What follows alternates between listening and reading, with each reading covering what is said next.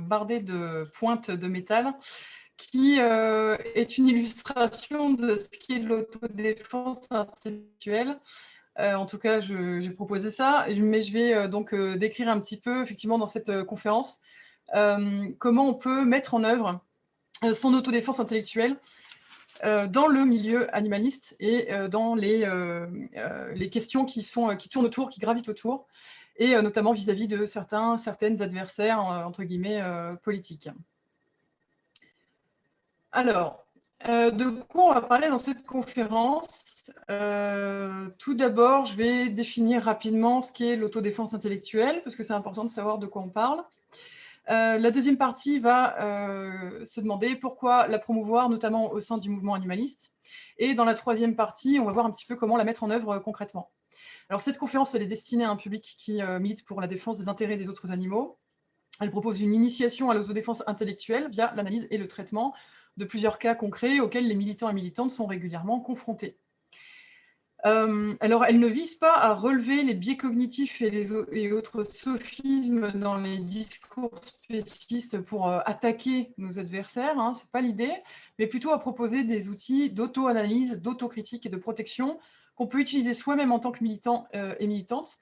Et elle vise aussi à encourager l'usage de ces outils au sein du mouvement pour plus d'efficacité. Bon, j'en parlais dans la conférence de jeudi, mais peut-être que toutes les personnes qui sont là aujourd'hui n'étaient pas là jeudi. Je vais reparler et redécrire ce que sont les biais cognitifs un peu plus tard dans la conférence. En tout cas, l'idée, ce n'est pas de savoir comment lutter contre nos adversaires en repérant ce qui ne va pas dans leur discours.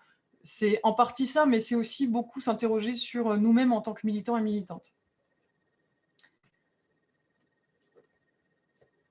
Alors, l'autodéfense intellectuelle. Par autodéfense, on entend toute protection qu'un individu ou qu'un groupe met en œuvre par ses propres moyens face à une agression, un danger ou une menace. Donc, l'autodéfense intellectuelle, c'est une attitude critique qu'on adopte vis-à-vis d'une information pour protéger son intégrité et son autonomie intellectuelle face à certains phénomènes, par exemple les discours mensongers, la langue de bois, la désinformation, donc notamment ce dont on entend beaucoup parler, hein, les fake news, les fausses rumeurs, les arguments trompeurs, fallacieux, le conspirationnisme, la propagande, le confusionnisme, les discours publicitaires, etc. Donc, par exemple, si on met en œuvre son attitude critique, on peut constater que les deux gants de boxe que j'ai illustrés sont deux mains droites. C'est un exemple. Défendre les intérêts des autres animaux, c'est déjà avoir mis en œuvre des mécanismes d'autodéfense intellectuelle, en fait. Toutes les personnes qui ont remis en question le fait de manger d'autres animaux, le fait qu'il soit jugé acceptable de les exploiter dans plein de domaines, c'est déjà une remise en question d'un paradigme qui est écrasant, qui est ultra majoritaire et qui est appuyé, encouragé, plébiscité par l'ensemble des institutions, par les traditions, les habitudes, etc. Donc en fait, je pense que si tout le monde ici milite pour l'intérêt des autres, pour la défense des intérêts des autres animaux, bah, tout le monde a déjà fait preuve d'autodéfense intellectuelle par rapport à une certaine norme. Alors attention, mon propos ici, c'est pas de dire que c'est pertinent de remettre en question toutes les opinions majoritaires, hein, bien sûr, mais plutôt que remettre en cause des idées aussi largement acceptées et ancrées, bah, ça demande une certaine capacité à faire preuve d'esprit critique, hein, à faire preuve d'autodéfense intellectuelle.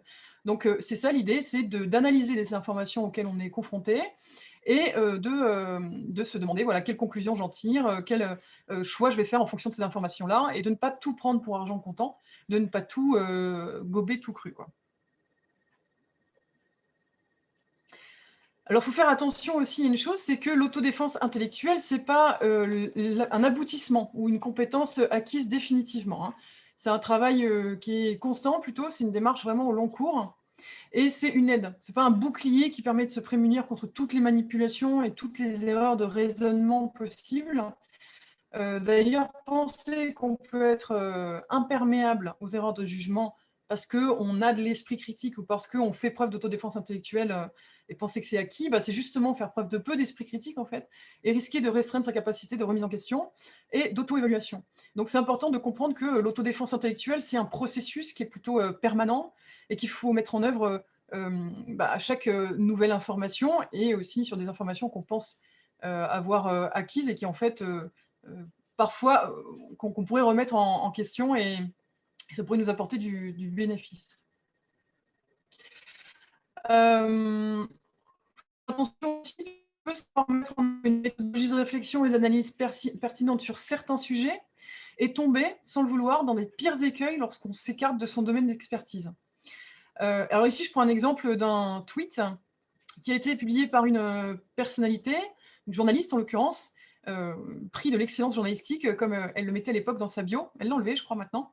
Une journaliste qui est suivie par plus de 55 000 abonnés sur Twitter, donc qui bénéficie quand même d'une audience conséquente, qui prétend régulièrement lutter contre diverses théories du complot et autres fake news. Et là, dans ce tweet, elle affirme que les mouvements antispécistes sont financés par des startups high-tech anglo-saxonnes. Le tout est suivi et approuvé par plein de personnes ayant pourtant fait de l'esprit critique un de leurs principaux sujets d'intérêt.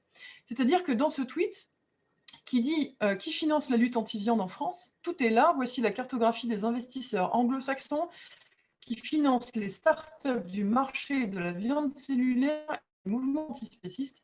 Hashtag clean meat, hashtag no clean meat, hashtag touche pas à mon steak, puisqu'il est quand même question de ça. C'est au moins, il y a l'honnêteté de mettre ce mot-clé-là.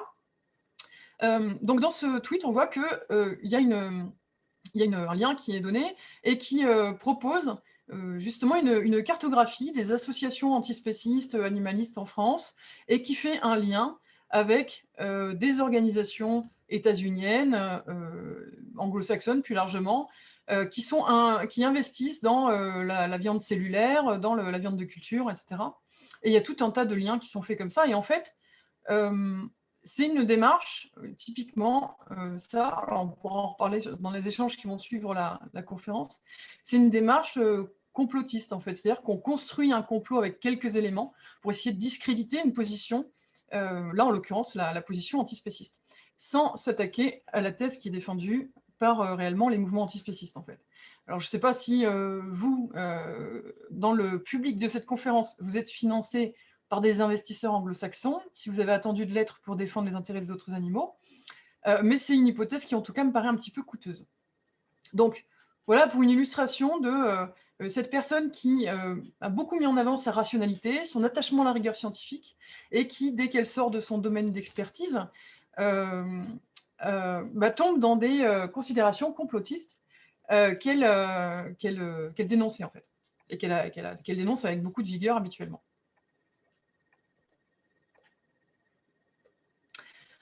Alors voilà, maintenant qu'on a défini un petit peu ce qu'était l'autodéfense intellectuelle, qu'on a montré un exemple concret, on va se poser la question, en fait, pourquoi la promouvoir, notamment au sein du mouvement animaliste. Alors l'idée, c'est d'acquérir, de permettre une meilleure compréhension du monde. C'est difficile de savoir comment interpréter les informations auxquelles on est confronté, donc d'évaluer, de comprendre le monde dans lequel on vit, si on ne se base pas sur des données qui sont avérées, qui sont solides. Militer, on le sait tous et toutes ici, ça consiste à vouloir changer le monde. Hein. C'est difficile de voir les choses autrement.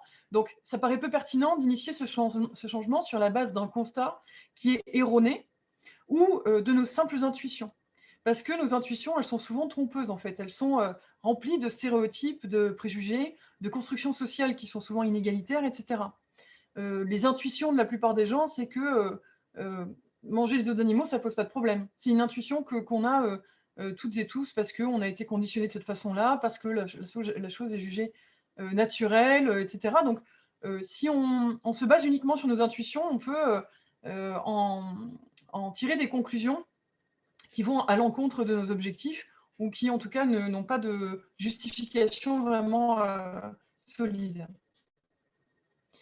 Par exemple, hein, il est vraiment difficile de comprendre vraiment ce que vivent les autres animaux dans les élevages et les abattoirs si on base cette expertise sur la seule communication des éleveurs et des éleveuses ou sur les publicités produites par des filières qui dépendent précisément de cette exploitation. Et pourtant, ce sont les représentations les plus couramment exposées au public.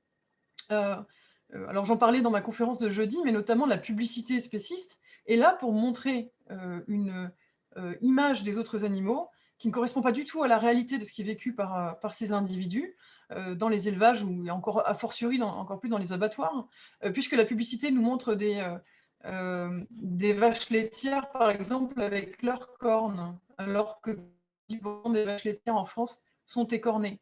La publicité nous montre des animaux qui sont souriants, qui sont contents d'être exploités, des vaches qui rigolent sur des paquets de fromage industriel, par exemple.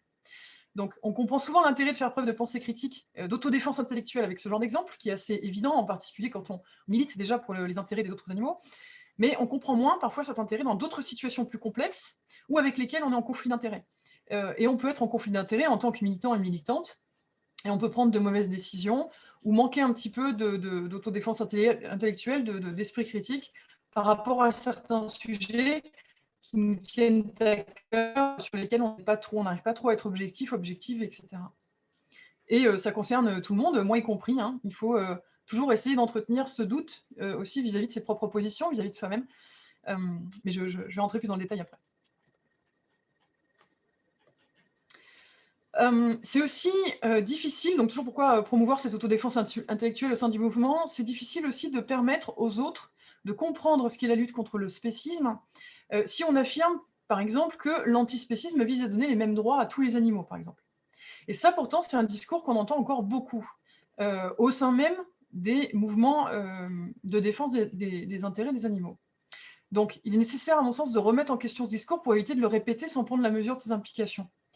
Typiquement, ce que demandent les mouvements qui sont engagés dans la défense des intérêts des autres animaux, c'est pas de donner les mêmes droits à tout le monde. On sait bien, en fait, qu'il n'y a aucune association, aucun parti, aucune entité qui veut donner le droit de vote aux poules, qui veut donner exactement les mêmes droits aux autres animaux que les humains, qu'aux humains. Pourtant, c'est un raccourci qu'on entend. Alors, c'est souvent relativement inconscient, hein, on ne prend pas trop la mesure de ce que peut avoir ce discours comme effet à l'extérieur. Malheureusement, c'est vrai que ça ancre certains stéréotypes, ça ancre certaines choses. Là, en l'occurrence, ça renvoie l'image d'un mouvement qui est déconnecté des réalités un petit peu. Ça a des implications qui peuvent être assez dommageables en fait sur le mouvement de défense des intérêts des animaux. Il est aussi difficile de faire comprendre une idée si on sème la confusion en associant systématiquement cette idée à une autre qui est parfois antinomique avec la première. Par exemple, pour parler d'un exemple concret, il est difficile de faire comprendre l'intérêt d'être végane si on prétend qu'il faut l'être parce que ce serait plus naturel. Alors j'en parlais aussi, parce que c'est un sujet que j'évoque beaucoup, j'en parlais jeudi dans ma première conférence et aussi tout à l'heure dans la conférence dédiée à la vitamine B12, mais la nature, elle est intrinsèquement chaotique et violente. On s'y fait dévorer vivant, il y a des séismes, des éruptions volcaniques, une sélection naturelle qui joue sur la loi du mieux adapté, qui est compliquée d'un point de vue moral à défendre. Il n'y a pas spécialement de morale dans la nature, hein. Et le critère de naturalité, en fait, ne peut pas justifier spécialement le véganisme. Et pourtant, cette recherche du naturel, elle est encore omniprésente, y compris chez beaucoup de personnes qui défendent les intérêts des autres animaux. Je pense que ça, c'est peut-être un des points les plus importants à conscientiser. Il faut vraiment se détacher de ce discours-là. C'est aussi un discours qui a une portée sur d'autres mouvements de justice sociale, parce que le critère de naturalité, il est utilisé pour justifier beaucoup d'autres discriminations que la discrimination qui est exercée sur les autres animaux. Donc on sort largement du cadre de l'antispécisme. C'est bien d'en avoir, à mon sens, d'en avoir conscience. Je ne suis pas du tout la seule à parler de ce sujet-là. Il y a beaucoup de littérature militante antispéciste qui dénonce justement les impacts négatifs de cette idée très ancrée de naturel. Et je pense que c'est important justement de s'éduquer là-dessus en tant que militant et militante pour comprendre vraiment en quoi ça sème la confusion par rapport à ce qu'est l'antispécisme et le véganisme pour les autres animaux. Pourquoi promouvoir l'autodéfense intellectuelle? C'est, à mon sens, un moyen de gagner en crédibilité aussi en tant que mouvement politique. Quand je parle de mouvement politique, je parle d'organisation globale de la société, hein. Il y a un constat quand même, c'est que le mouvement animaliste, il a encore du mal à être pris au sérieux. Ça s'améliore d'année en année, où on a de plus en plus cette image d'un sujet qui est relativement incontournable maintenant dans le débat public, grâce à beaucoup d'initiatives, de beaucoup de collectifs, d'associations, d'entités diverses. Mais il a encore du mal à être considéré vraiment comme une lutte sociale sérieuse. On parle beaucoup de sensiblerie, de préoccupations de personnes qui sont un petit peu hors sol, déconnectées du réel, etc. Donc, il a tout à gagner à ne plus être associé notamment à des discours pseudo-scientifiques. Des discours pseudo-scientifiques, c'est-à-dire des discours qui ont l'apparence de la scientificité, mais qui en fait ne le sont pas du tout.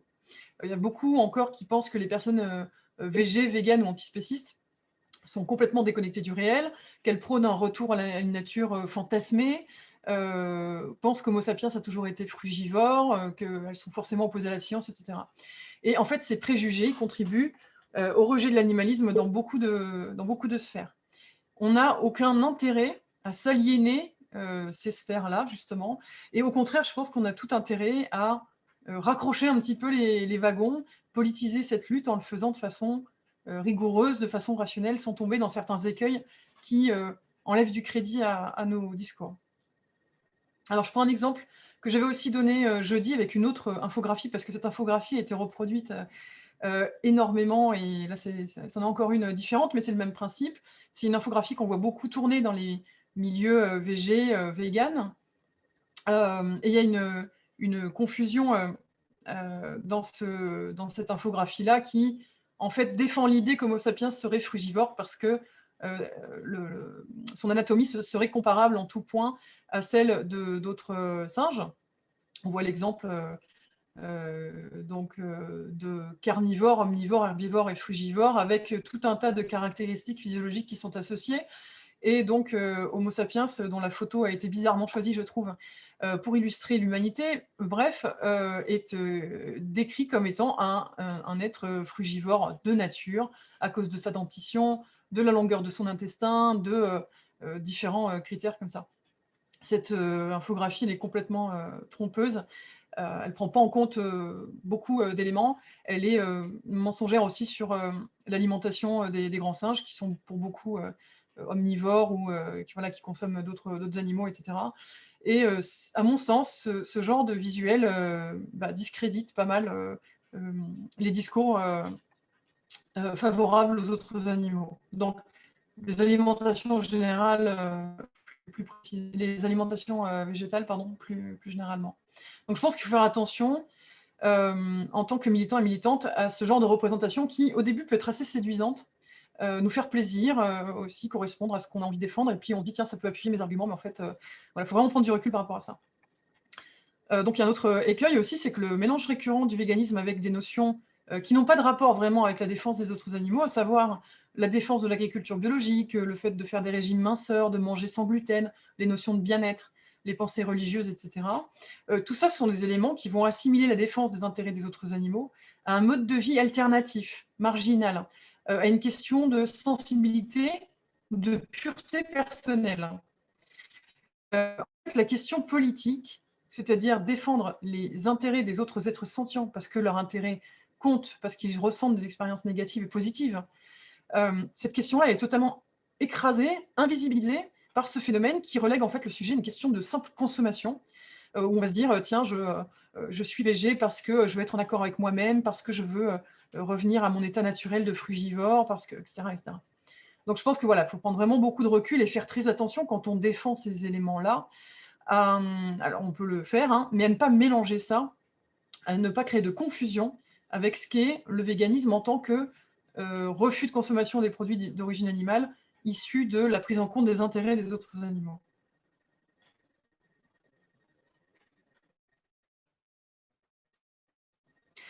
Un exemple aussi de ce qu'entraîne ce confusionnisme autour de la question animale, c'est une manifestation de cet écueil. C'est la classification des ouvrages, donc des livres qui sont rattachés à l'éthique animale, notamment des ouvrages antispécistes, dans les librairies.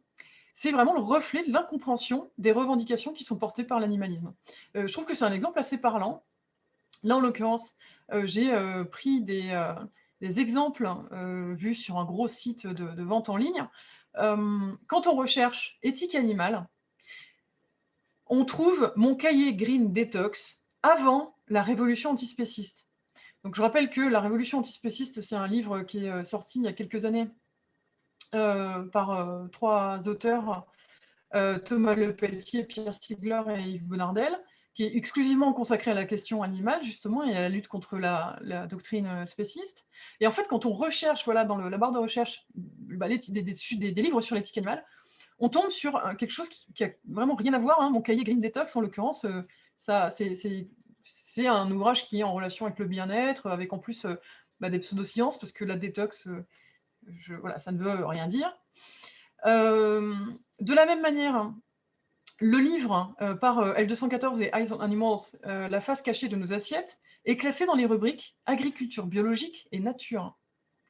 De la même façon, Solidarité animale, défaire la société spéciste, un livre de Yves Bonardel et Axel Pleius-Bror, est classé dans les rubriques biodiversité et évolution et nature. Pardon.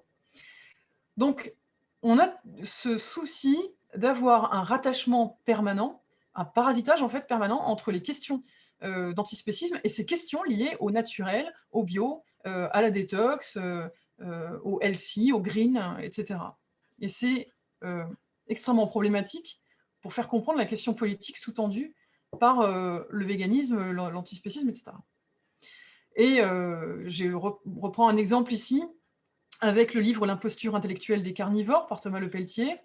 Voilà les produits similaires à cet article que me propose cette plateforme. On me propose un livre sur le régime cétogène pour perdre du poids. On me propose un agenda minceur.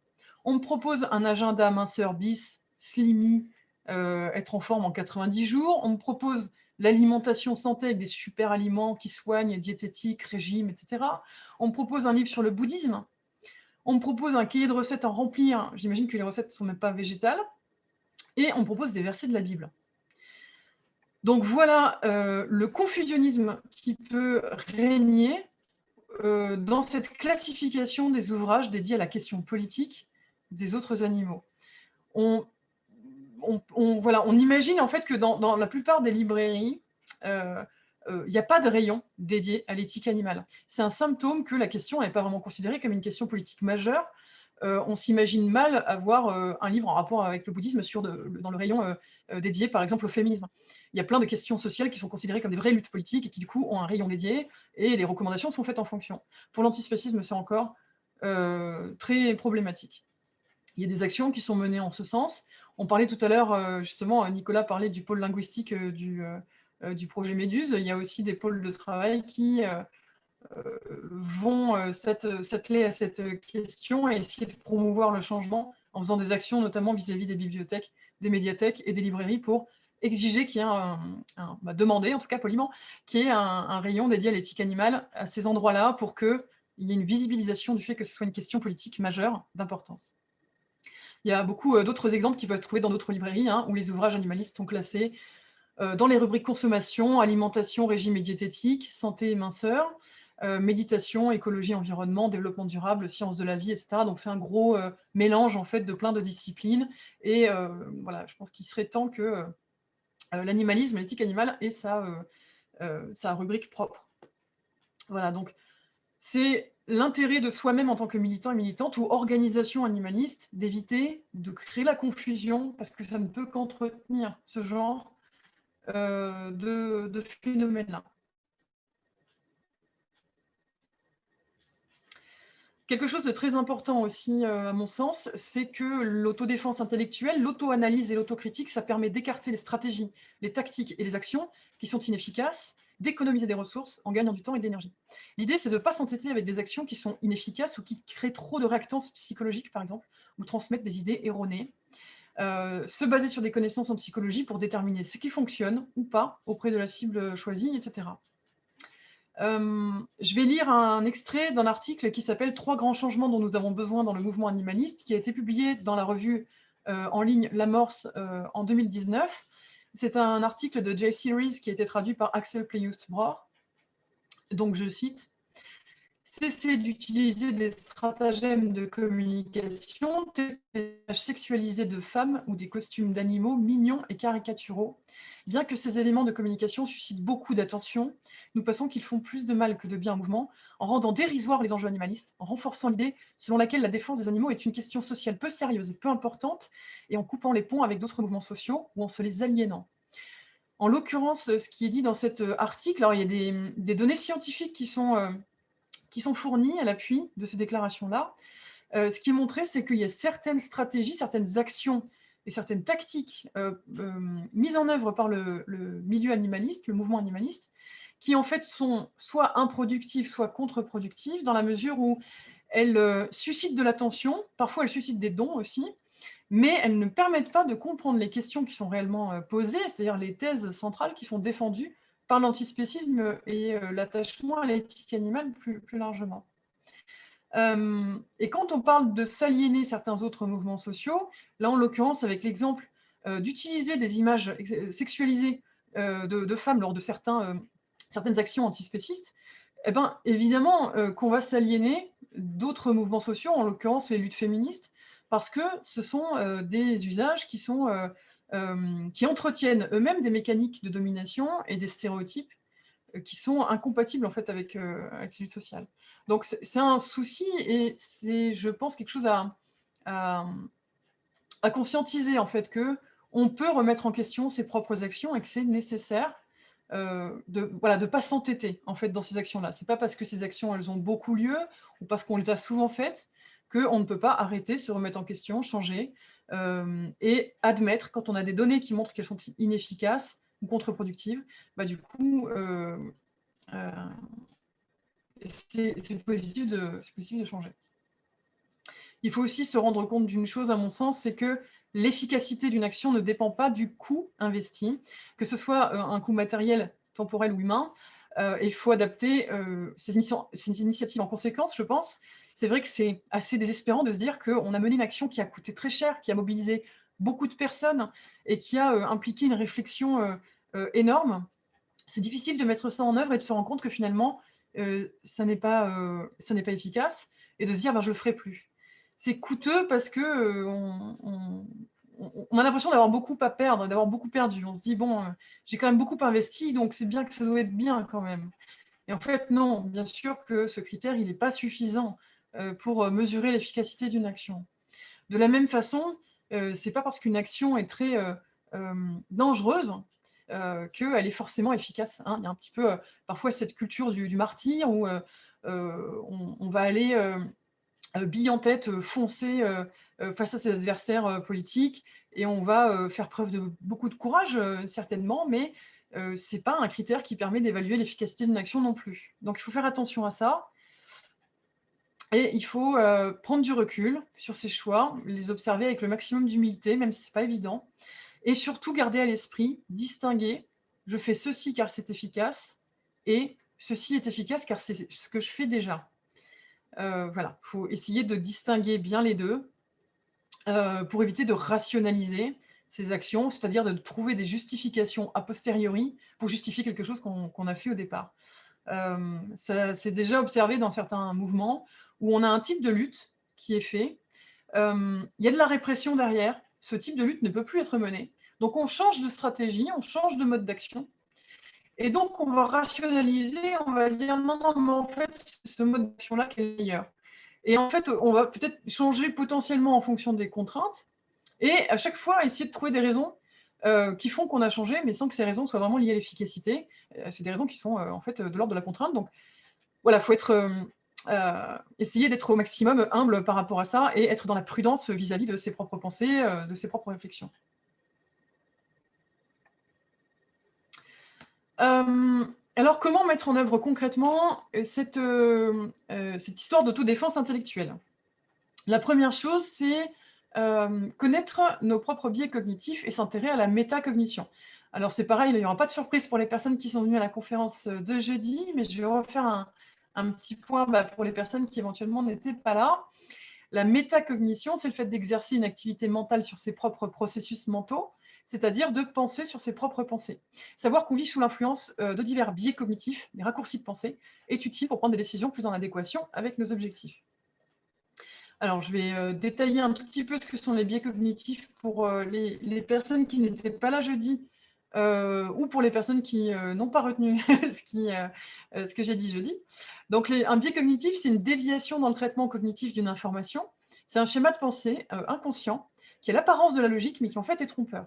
Il y a environ 200 biais cognitifs qui ont été recensés et ils sont classés en différentes catégories. Alors, autant le nombre de biais cognitifs et leur classement est variable hein, selon les classifications, ça dépend. Mais en tout cas, il y a 4 grandes catégories de biais. Les biais mnésiques, relatifs à la mémoire et à son fonctionnement. Les biais de raisonnement, qui sont relatifs aux erreurs de raisonnement. Les biais de jugement, qui sont relatifs à la façon dont on interprète l'information. et les biais de personnalité, qui sont relatifs à l'identité ou à l'image qu'on a de soi. Et comme c'est le cas pour les illusions d'optique, que tout le monde connaît, je pense, on peut connaître un phénomène, c'est-à-dire qu'on peut connaître un biais cognitif en particulier, sans pour autant parvenir à l'éviter. Alors j'illustre ce phénomène-là avec une illusion d'optique qui est assez connue, qui consiste en un assemblage particulier de ronds de couleurs. Et en fait, on se rend compte que sur la figure 1, on a l'impression que le rond central, qui est orange ici, on a l'impression qu'il est plus petit que le rond central de la figure 2. Et pourtant, ces ronds font exactement la même dimension. Donc en fait, on a beau le savoir, on a beau être informé de l'existence de cette illusion, on a beau savoir que c'est notre cerveau qui nous trompe, on n'arrive pas à ne pas voir le rond de la figure 2 comme étant plus gros, on se fait quand même tromper. Voilà, c'est un peu le principe en fait, c'est que on peut agir en fonction de ce qu'on sait. On sait qu'on est trompé, donc ça change quand même la donne, mais on ne peut pas éviter d'être trompé. Voilà. Donc connaître les biais cognitifs, ça ne permet pas de s'en affranchir, mais ça permet de limiter leur influence. Je précise aussi, parce que ça me paraît important, qu'être victime, entre guillemets, de biais cognitifs, ou en tout cas avoir des biais cognitifs, ce n'est pas le signe d'un manque d'intelligence, hein, c'est une norme, donc ça correspond au fonctionnement ordinaire du cerveau, et ce sont des mécaniques qui ont été sélectionnées parce qu'ils ont représenté un avantage évolutif, donc qui sont très utiles pour justement avoir ces raccourcis de pensée qui nous permettent d'agir plus rapidement, de gérer un trop-plein d'informations, de donner du sens, d'opérer une sélection des informations qu'on a mémorisées. On a généralement aussi, c'est important de le noter, le sentiment d'être moins victime des biais que d'autres, mais ça, c'est en soi un biais qui est appelé biais de la tâche aveugle. Donc encore ici, il faut faire preuve de beaucoup d'humilité. Comme je le disais tout à l'heure, il représente un avantage évolutif. Je donne souvent l'exemple du fait de se mettre à courir dans le même sens qu'un groupe de personnes sans avoir analysé au préalable la raison de cette course. C'est-à-dire qu'on ne va pas réfléchir quand on voit toute une foule qui court dans un sens, on va avoir tendance à courir dans le même sens parce que c'est effectivement potentiellement beaucoup plus coûteux d'essayer d'analyser ce qui se passe et potentiellement de se faire dévorer par un prédateur plutôt que de faire l'effort de courir potentiellement pour rien. Voilà. Donc, ils sont pas forcément, ils peuvent être utiles, mais ils ne sont pas forcément bénéfiques pour analyser le monde de façon rationnelle. Hein. On ne perçoit pas tout déjà. Tenter de donner forcément du sens, ça peut mener à construire des illusions. Notre mémoire, elle peut créer ou consolider des erreurs. Et agir rapidement, ça peut être contre-productif parce qu'on peut prendre des décisions voilà, sans réfléchir en ayant l'effet inverse à nos objectifs. Donc tout ça, ça peut conduire à porter des jugements erronés, à se faire manipuler et à prendre de mauvaises décisions. Je prends l'exemple du biais des coûts irrécupérables, qui par exemple se manifeste lorsqu'on passe 3 heures à souffrir devant un très très mauvais film, sous prétexte qu'on a payé le DVD 25 € et que comme on a payé ce DVD 25 €, eh ben on se dit ah non, il faut que je regarde le film jusqu'au bout pour rentabiliser mon investissement, ce qui en fait qu'on passe un plus mauvais moment que si on avait arrêté, alors que le coût, de toute façon, il est déjà dépensé. Donc voilà, c'est ce genre de mauvaise décision là, c'est des cas de figure très quotidiens et voilà, mais ça peut s'appliquer aussi dans des décisions ayant un impact beaucoup plus fort et surtout quand justement on est militant ou militante.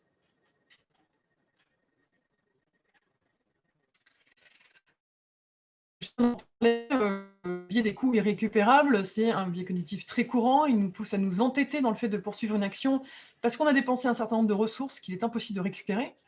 Le connaître, ça permet d'améliorer notre efficacité, par exemple en reconnaissant la pertinence du fait de mettre fin à une action qu'on maintient seulement sous prétexte qu'on a beaucoup investi dedans.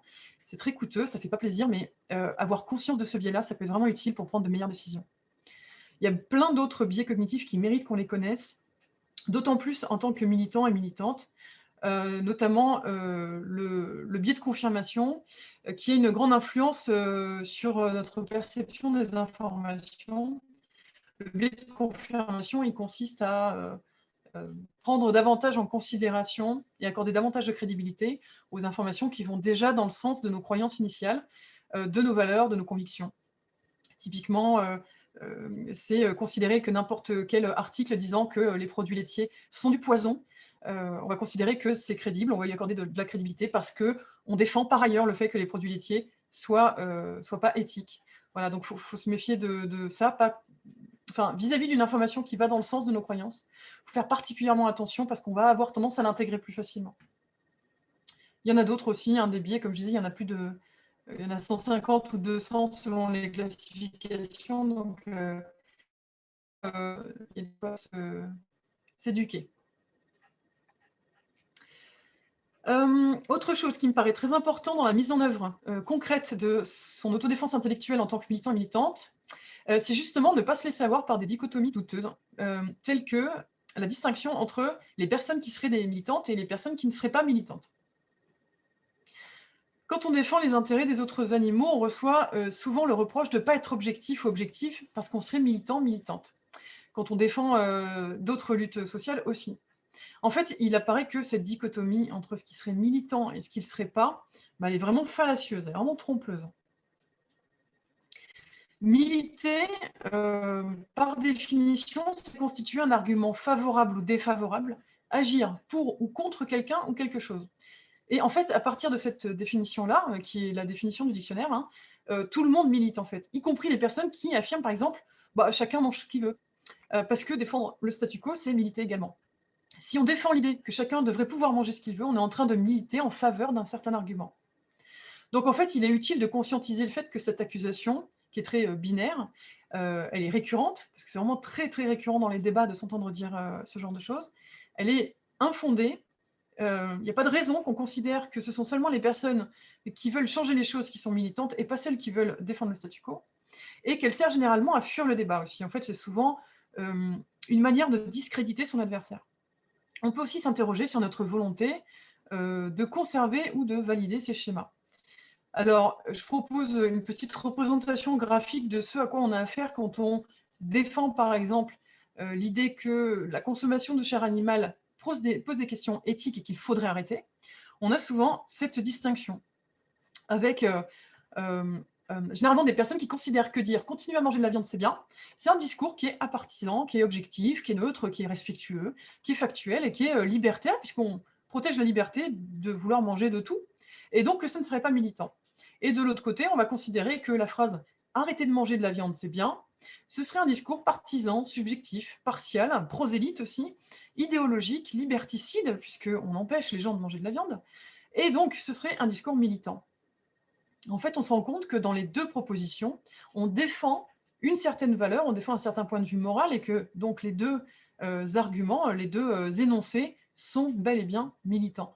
Donc, ça peut être utile de conscientiser que cette binarité militant-non militant, elle est vraiment trompeuse et que, enfin voilà, à mon sens, il ne faut pas se laisser faire par ce truc-là.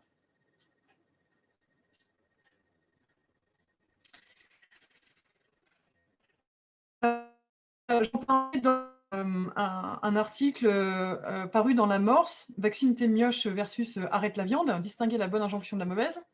Je prenais l'exemple aussi du rapport qu'on peut avoir aux études scientifiques. Donc, je cite un extrait de l'article. Selon certaines personnes défendant l'idée que la science n'a pas de parti pris, le chapitre du rapport du GIEC énonçant que le régime alimentaire ayant le plus fort potentiel de réduction des gaz à effet de serre est le végétalisme ne devrait pas être interprété comme une recommandation globale à stopper la production et la consommation de produits d'origine animale, mais comme un simple fait.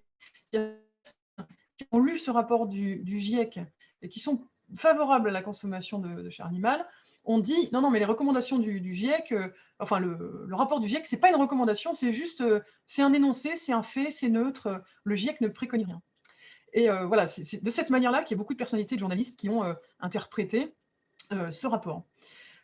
Et au passage, ces mêmes personnes ont accusé les personnes ayant émis des recommandations visant à promouvoir une diminution ou l'arrêt de la consommation de produits d'origine animale, on les a accusés de tomber dans le prosélytisme ou le militantisme vegan.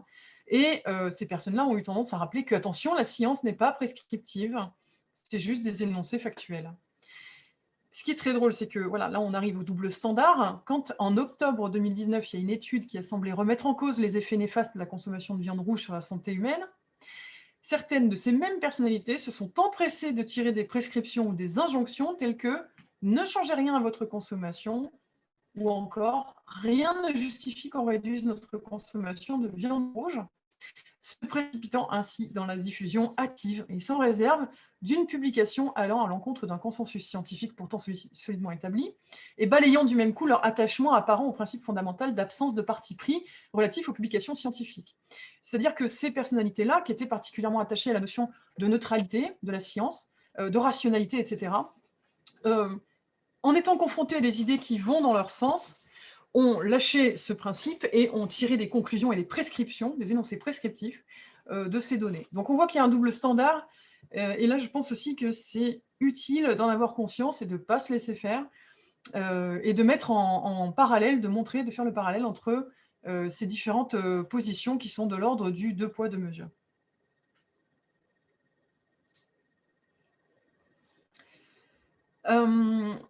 On peut noter dans le même registre que beaucoup de nos opposants et opposantes refusent d'être perçus comme militants et militantes, c'est-à-dire selon elles-mêmes comme des personnes dogmatiques, extrêmes, radicales, excitées en dehors des réalités, etc.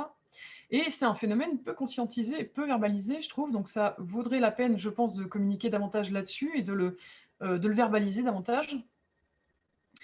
Ici, on a une personne sur Twitter qui est très suivie aussi, qui nous dit « Comment un délire vegan a-t-il transformé des gens qui ne demandaient rien à personne en militants pro-viande ? Ne nous laissons pas embarquer dans une guerre qui n'en est pas une. Manger de la viande n'est mal, entre guillemets, que dans un système de morale qui est propre à certains véganes. » Donc là, la thèse qui est défendue, c'est que on ne considère que manger de la viande est mal que si on a un système moral qui est propre à certains véganes. Donc on est militant anti-viande. Et que si on n'a pas cette opposition à la consommation de chair animale, on est une personne qui ne demande rien à personne. On n'est pas militant. Cette même personne a diffusé un autre tweet, une publicité pour le pâté de cochon Enaf en tweetant « valeur sûre ». Donc en fait, ici on a aussi une bonne illustration de cette incohérence déjà et de ce double standard où non seulement on a une personne qui fait de la publicité ouverte pour du pâté, donc des produits d'origine animale, mais qui en plus, dans le même tweet, nous dit il y a des gens qui demandent rien à personne et on les transforme en militants pro-viande, et dans la foulée, manger de la viande n'est pas mal, et donc qui militent pour la consommation de viande. Donc on a vraiment un gros paradoxe, un manque d'incohérence, etc. Et pourtant, c'est très rarement quelque chose qui est relevé et qui est verbalisé. Autre chose pour mettre en œuvre son autodéfense intellectuelle, alors c'est pareil, je l'ai aussi évoqué jeudi parce que ça me paraît vraiment être très très important, c'est d'apprendre à cibler la thèse centrale lorsqu'on est en discussion avec d'autres personnes, en l'occurrence sur les questions d'éthique animale. On a une thèse qui est défendue lorsqu'on défend les intérêts des autres animaux, qui se retrouvent dégradés progressivement, alors par des médias, par des diverses entités, personnalités, etc. La thèse qui est défendue par les personnes qui défendent les animaux est progressivement dégradée, et on en arrive à avoir un point de vue sur le véganisme ou l'antispécisme qui ne correspond plus du tout à ce qui est défendu par les personnes qui sont réellement véganes ou antispécistes. Alors je propose une représentation graphique de cette dégradation de la thèse centrale, que j'ai appelé l'entonnoir du traitement des questions éthiques animalistes, où on a tout en haut la thèse qui est défendue par plein de personnes qui défendent les autres animaux, hein, globalement, qui pourrait s'énoncer ainsi: le fait que l'ensemble des êtres sentients n'appartenant pas à l'espèce humaine soient considérés comme des ressources, des entités négligeables de la matière première ou des propriétés, pose de graves questions éthiques qu'il est urgent de traiter dans nos sociétés, parce que les souffrances engendrées sont immenses. Ça, c'est la thèse de départ. Cette thèse, elle est souvent dégradée dans les journaux, dans les médias, sur les plateaux télé, et elle se retrouve avec un premier niveau de dégradation, et on entend les personnes qui luttent pour la défense des droits des animaux souhaitent l'abolition de leur exploitation dans tous les domaines, loisirs, alimentation, habillement. Là, on a encore pas mal de respect pour la thèse centrale, mais il y a quelques éléments qui se sont perdus en route. Et cette thèse peut continuer à être dégradée au fil du temps, où on lit par exemple « les antispécistes mangent des galettes de soja et de tofu ». Là, on a perdu beaucoup d'informations par rapport à la thèse initiale, et on commence à arriver sur un énoncé qui n'est plus du tout en accord avec la thèse initiale. Et enfin, on peut avoir des dégradations extrêmes, typiquement « les véganes ont tout faux, car il faut des vaches pour entretenir nos beaux paysages français ». Voilà. Ça, c'est un exemple de dégradation de la thèse, je pense que c'est quelque chose qu'on observe extrêmement, extrêmement souvent. Il y a même des chroniques entières, des tribunes entières qui reposent sur le résultat de cette dégradation de thèse. Le résultat de la dégradation de cette thèse, c'est ce qu'on appelle un épouvantail argumentatif, c'est-à-dire un énoncé qui est en fait une caricature de la thèse adverse. Donc, il faudrait essayer dans les débats de ne pas réduire ou travestir ces thèses à un point où on ne peut plus du tout comprendre les enjeux qui sont défendus. Typiquement, son usage dans les débats, ça va être par exemple, le mouvement animaliste est une supercherie puisqu'on a besoin de protéines, ou protéger les animaux, oui, mais quand même le tofu, c'est pas très bon. Ou alors, l'antispécisme est absurde, sans troupeau, comment avoir du fumier? Voilà. Donc, apprendre à repérer ce mécanisme, ça permet de recentrer les débats, de ne pas se laisser entraîner dans des millefeuilles argumentatifs longs, fastidieux et non pertinents. Quand je parle de millefeuilles argumentatifs, je parle de ces débats qu'on a, je pense, tous et toutes connus, où on commence à dire non, bah, je ne considère pas les autres animaux comme de la matière première ou de la nourriture, du coup, je préfère m'abstenir, j'estime que leur souffrance est réelle et pas souhaitable, et où on commence à avoir plein d'arguments qui surgissent de l'autre côté. C'est un peu les fameux bingo auxquels on est confronté. On nous parle d'Hitler qui était végétarien, on nous parle des animaux qui ne souffrent pas vraiment, ou de la carotte qui souffre vraiment, on nous parle des protéines, on nous parle des canines, on nous parle de ce genre de choses. Et en fait, on est confronté à plein d'arguments comme ça, qui n'ont pas de rapport avec la thèse initiale qu'on voulait défendre. Et on a tendance à se laisser emporter, et à essayer de répondre à un maximum d'arguments comme ça. Je pense que c'est intéressant aussi là, de le conscientiser et de ramener toujours à la thèse en disant pourquoi associer les protéines au mouvement animaliste alors que le mouvement animaliste concerne notamment la fourrure, la corrida, le fait d'exploiter des chevaux, le fait de le rodéo, d'autres pratiques qui n'ont aucun rapport avec les protéines. Donc voilà, de recentrer toujours. Idem sur les questions de goût, de cuisine, etc. On n'est pas du tout dans la thèse centrale qui est défendue. Donc voilà, ça peut être utile déjà pour s'économiser, soit en tant que militant et militante, pour éviter de passer des heures sur des débats qui sont vraiment peu constructifs. Et puis, parce que bon, la personne qu'on a en face de nous n'a pas forcément conscience de dévier aussi. Ça peut être très bien intentionné. Ce que je disais au début de la conférence, c'est que on envisage souvent les informations auxquelles on est exposé, on y répond souvent avec des intuitions. Et les premières choses qui nous viennent à l'esprit quand on entend parler de végétarisme, c'est peut-être ces choses-là. C'est peut-être, ah bah oui, mais on a des canines, ah bah oui, mais Hitler était végétarien, etc. Voilà, c'est des réflexes que tous et toutes étaient confrontés.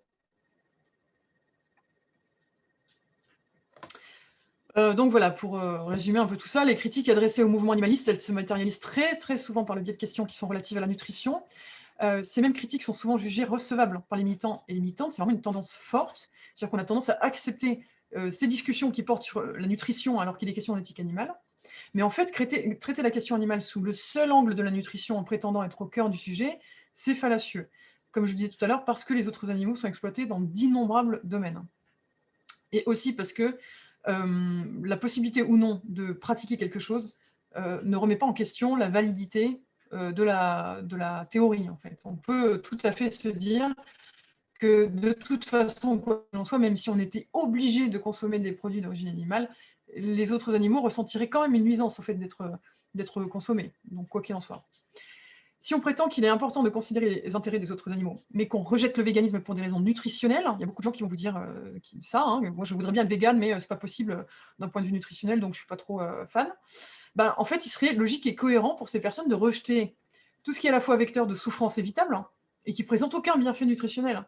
Typiquement, les personnes qui disent « moi je suis contre le véganisme parce que je pense que c'est mauvais pour la santé », elles devraient rejeter la corrida, les cirques avec exploitation d'animaux, les zoos, n'importe quelle captivité à des fins de sport ou de loisirs, et elles ne devraient manger des aliments qui seraient, selon ses propres standards, bons pour la santé.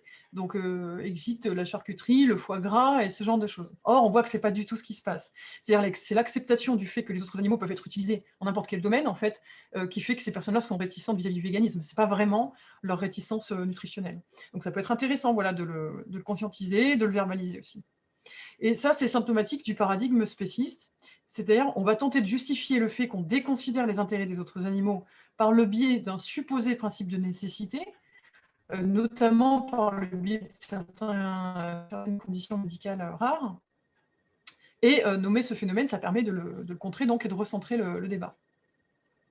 Quand je parle de conditions médicales rares, c'est parce que moi j'ai déjà entendu, enfin on m'a déjà dit, je suis pas favorable au véganisme parce que des fois on peut avoir un défaut d'assimilation ou de la vitamine A, ou des fois on peut avoir des allergies alimentaires et donc c'est pas possible, etc.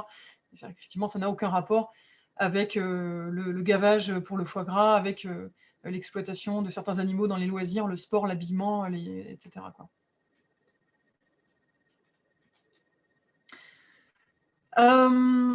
Autre chose qui me paraît importante, c'est que la sentience n'est pas une caractéristique strictement humaine. Je vais développer. L'idée ici, c'est de mettre en œuvre une autodéfense intellectuelle pour ne pas se laisser avoir par un procédé rhétorique que j'appelle l'appel à l'anthropomorphisme. Parmi les sophismes les plus courants, c'est-à-dire des arguments qui sont fallacieux et qui sont des raisonnements qui sont trompeurs, on peut citer l'appel à la nature, qui consiste à prétendre que tout ce qui est naturel serait forcément bon ou souhaitable, ou que, à contrario, tout ce qui est jugé artificiel serait forcément mauvais. On peut citer l'appel à l'ancienneté, c'est-à-dire justifier une chose par le fait qu'elle est exercée depuis longtemps. On entend souvent ça. La corrida, c'est une vieille tradition, donc c'est bien. Ou encore l'appel à la popularité, c'est-à-dire justifier une chose par le fait qu'elle est largement répandue dans la société. Par exemple, tout le monde mange de la viande, donc c'est une bonne pratique. Voilà. Tout ça, ce sont des sophismes, donc des arguments fallacieux, que je pense que tout le monde a déjà croisé en militant.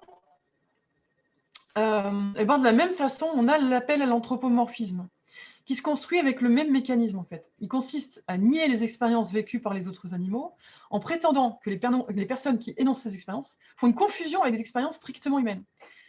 Typiquement, on a l'exemple, dire que les vaches souffrent de la séparation avec leurs veaux, c'est tomber dans l'anthropomorphisme. Ou alors, les antispécistes sont des bisounours qui attribuent aux animaux d'élevage des sentiments humains, c'est ridicule.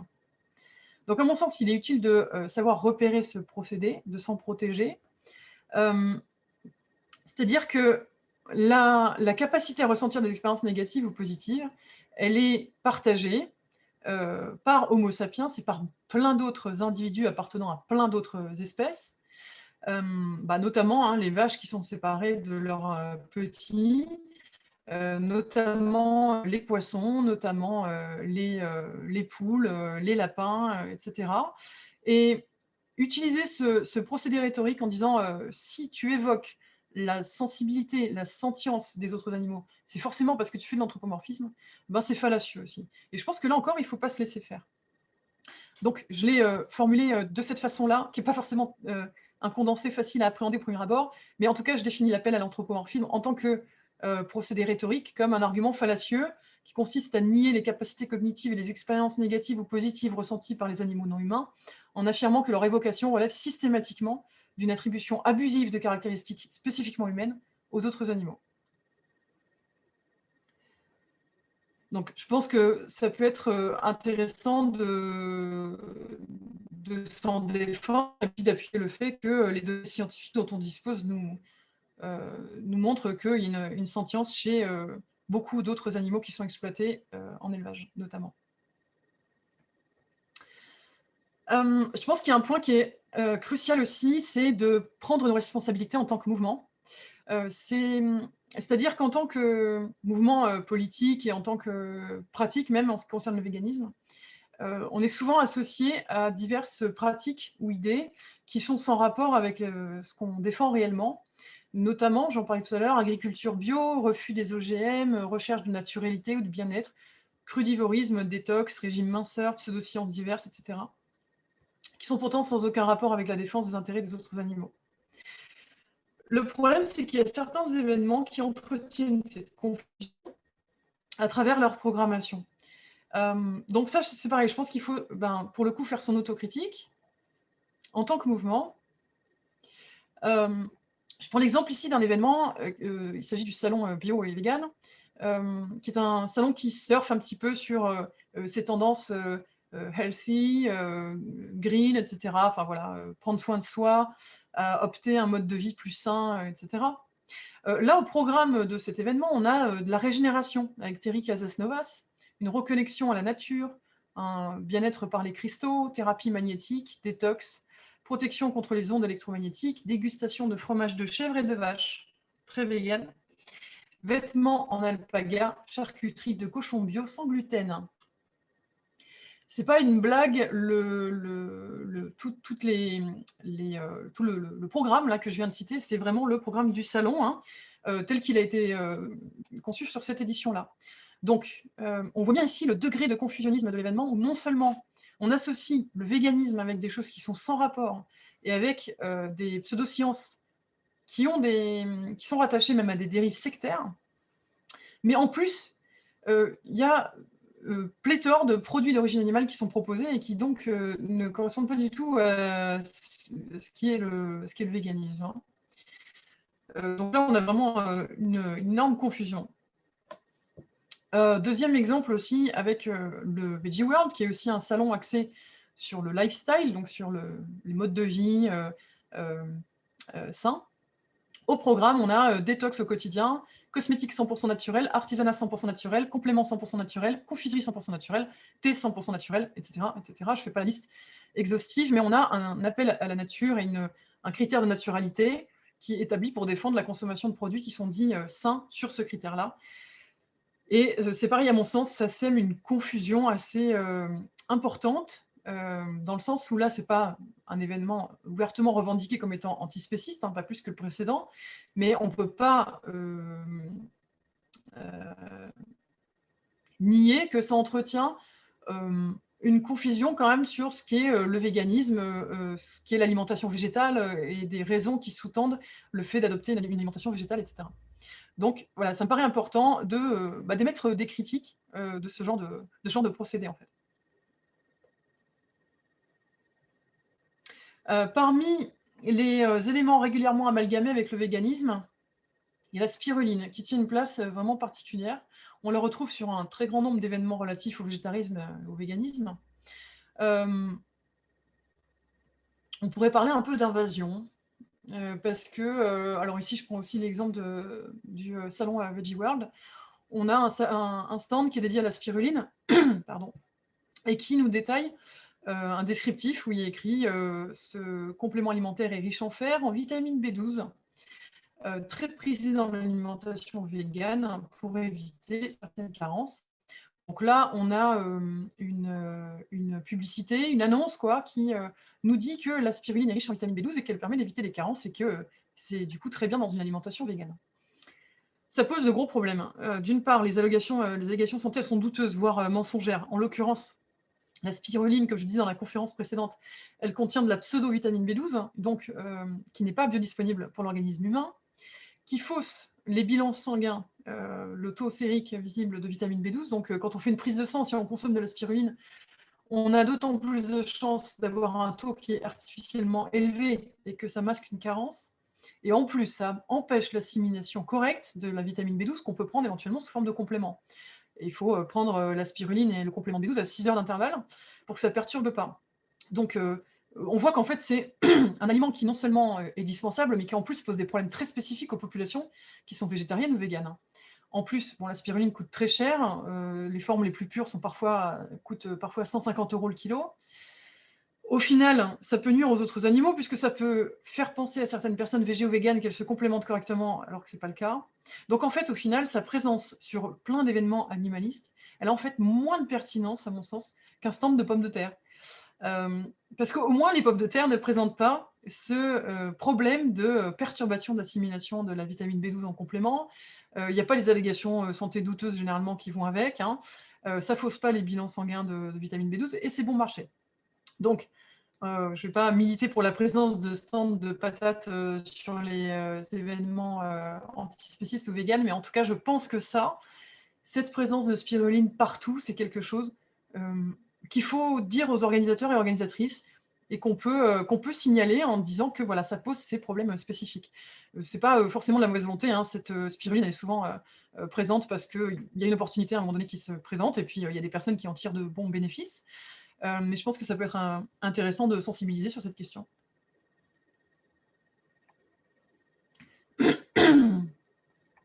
Alors, que ce genre de confusion soit entretenu par des événements à visée commerciale. Là, c'était le cas avec le salon bio et vegan ou avec le Veggie World, c'est une chose.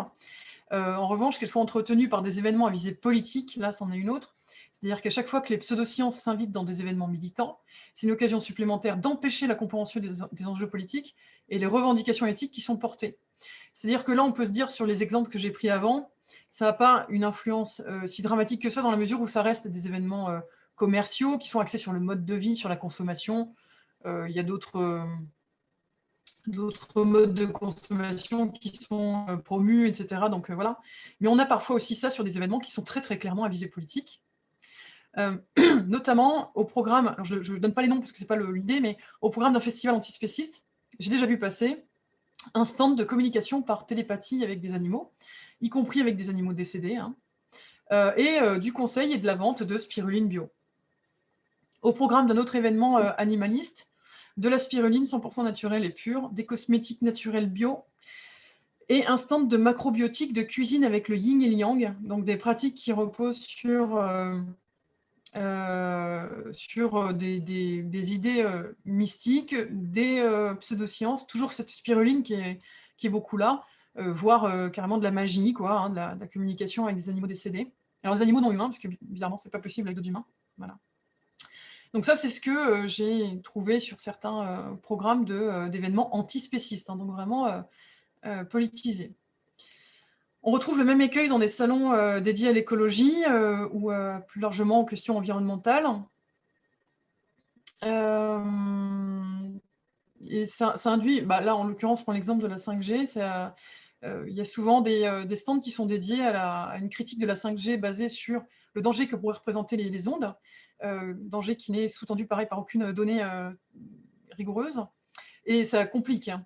Ce truc-là, ça complique la difficulté à émettre une critique de la 5G sans être accusé de fuir ces ondes imaginaires. C'est-à-dire qu'on a plus de difficultés après à critiquer la 5G pour d'autres raisons, puisqu'on va immédiatement être associé à ça.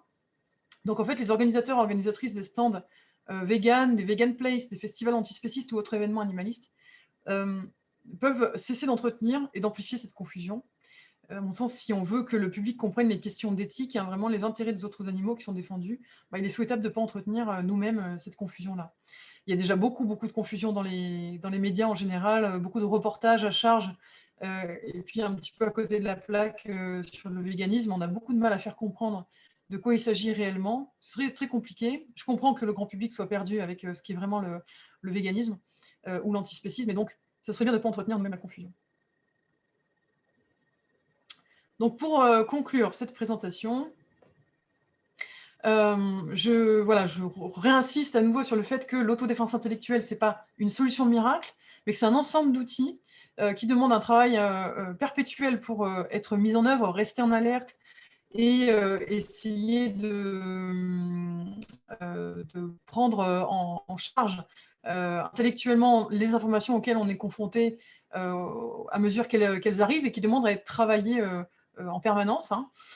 Diffuser ces outils au sein des milieux militants, pas seulement les milieux animalistes, parce qu'il y a malheureusement beaucoup d'autres écueils aussi dans d'autres luttes sociales, est à mon sens capital pour que les discours se solidifient, que les mouvements gagnent en crédibilité et que les actions gagnent en pertinence. Et enfin, utiliser ces outils pour penser la façon dont on communique vers l'extérieur est à mon sens crucial pour que le mouvement soit davantage pris au sérieux et que ces enjeux soient considérés comme une question sociale vraiment crédible et d'importance majeure. Je pense que c'est très important pour occuper l'espace médiatique sans avoir une image qui est complètement erronée par rapport aux enjeux qui sont défendus. Je propose pour vraiment une bibliographie et quelques ressources, notamment avec des livres. Quand est-ce qu'on biaise de Thomas Durand, L'imposture intellectuelle des carnivores de Thomas Lepelletier, qui décrypte quelques arguments anti-vegan, anti-spécistes, on va dire. Le manuel d'autodéfense de Sophie Mazet, qui est manuel d'autodéfense intellectuelle pardon, de Sophie Mazet, qui est très accessible, qui est un super petit bouquin. Comment déjouer les pièges de l'information ou les règles d'or de la zététique par Henri Brock. Et le petit cours d'autodéfense intellectuelle de Normand Baillargeon, qui est vraiment un grand classique que je recommande très très chaudement. Et puis en ligne, le comité para, le Cortex, la chaîne YouTube Hygiène Mentale, qui est vraiment super, très instructives, très bienveillantes. La chaîne YouTube La Tronche en Biais, il y a beaucoup de contenu aussi, beaucoup de choses à apprendre par rapport à ce qui a été vu dans cette conférence. Une chaîne YouTube Par le début aussi, qui décrypte vraiment pour quand on est tout néophyte et qu'on débute sur ces questions d'esprit critique, qui est vraiment idéal. Et le balado Scepticisme scientifique, balado SC2, SC au carré, pardon, qui est vraiment, vraiment super et qui touche à plein de sujets différents aussi. Voilà, je vous remercie. Je vais mettre fin au partage d'écran et rendre la parole à l'animation. Et puis, on va attaquer les questions, réponses et remarques. Merci à tout le monde. Et merci à toi, Florence. C'était encore super. Je pense que celle-là, c'était celle que tu avais donnée à Marseille, une version de, enfin, tu avais donné une version de celle-ci à Marseille il y a 2 ans. C'est bien ça? Je ne sais pas si vous entendez Nicolas. Moi, non. Ah. Là, est-ce que tu m'entends?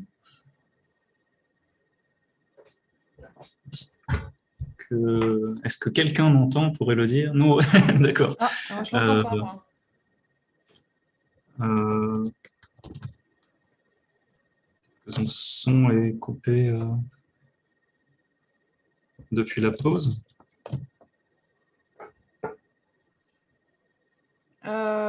Ouais, oui, effectivement, Nicolas, je ne t'entends pas depuis le début de la conf. Ouais. Du tout, du tout. Ah, Alors, c'est étonnant. comment c'est possible? Actif, je réactive, ça change rien du tout.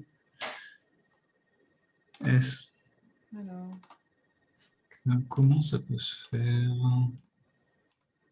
Alors voilà les soucis qu'on a avec les choses qui se passent en visio et de loin. On peut être sûr d'avoir un souci technique à un moment ou à un autre. Bon, j'entends pas du tout. Du coup, je pense que je vais peut-être me déconnecter et revenir. Pourtant, j'ai le son de Nicolas qui est activé.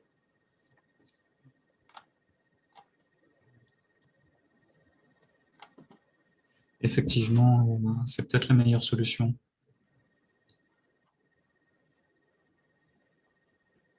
Est-ce que, Nicolas, tu peux parler maintenant, s'il te plaît? Pardon. Ouais, C'est bon. tu m'entends? Ouais, c'est bon. Ah, C'est rétabli. d'accord. Parfait. Toutes mes excuses. Pardon. Pas de souci. Donc, je reprends. Ben, merci beaucoup à toi, surtout. Et je te demandais pour vérifier, c'est bien une version de cette conférence-là que tu avais donnée il y a 2 ans à Marseille, je pense. Alors, il faut que je me rappelle de mon propre agenda. Cette conférence, je l'ai donnée l'an dernier aux Estivales de la question animale. J'en ai donné une toute petite version, mais c'était dans un autre cadre. Et en fait, je pense que la conférence à laquelle tu fais référence, c'était peut-être communiqué au sein du mouvement animaliste. Oui, Euh, effectivement. voilà, qui est la première conférence que j'avais créée, qui parlait un petit peu aussi de ces questions d'esprit critique, d'argumentaire, etc. Mais c'était pas la même. Ouais. D'accord, ouais. En tout cas, c'était avec celle-là qu'on t'avait découvert avec Roxane, qu'on t'avait découverte sur place et c'était assez génial. À partir de là, on a voulu absolument te faire venir à Bordeaux pour présenter un peu ton travail et toutes ces réflexions. Donc, remercie. Il y a eu quelques questions, assez peu, mais j'en ai quelques-unes moi-même pour aussi, aussi pour toi. Déjà, celles qui ont été posées. Si des gens sont prêts à devenir véganes pour des raisons émotionnelles, peut-on se permettre de capitaliser là-dessus, quitte à parler des raisons éthiques par la suite?